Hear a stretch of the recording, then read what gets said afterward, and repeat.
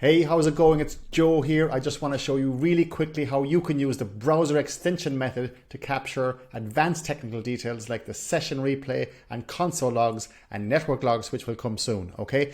And possibly other things. But anyway, let's get stuck in here. Okay, here we go. Let me move myself out of the way. Okay, here we go. Let's create a project. Let's call it Project 01. Let's create it on Netflix.com. I always pick on Netflix for some reason. Let's integrate it with Asana. Sure, whatever, that's fine. Integrate with Asana, doesn't matter. Okay, that's the first step. The second step then is installing the widget on your website. And for this, we are using the browser extension method. So we're using the browser extension, but bear in mind that to capture advanced technical information, you need to show the widget on your website. Bear in mind, of course, this will only display for you and you alone and anyone else that you invite to your Marker.io account and inform to install the extension.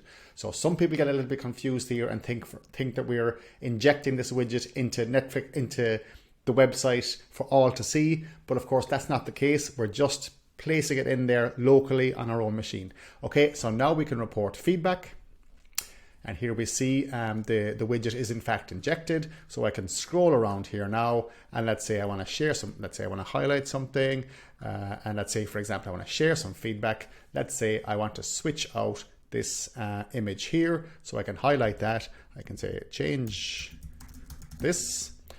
All these fields are taken directly from Asana. Let's not worry about them right now. Let's just create the task. So creating the task in this case creates it directly in Asana, but here we can view it in Marker.io, initially at least.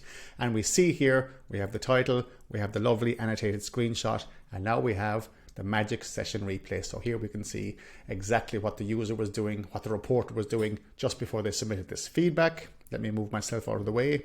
We have the description. We have all the technical metadata, of course, as usual, the page they were on, the operating system, the browser information, and so on. And of course, now we also have the console logs. And soon, we'll also have the network logs. Okay, so I just wanted to show you that you can now use just the browser extension to capture this advanced technical information. Hopefully it's clear enough.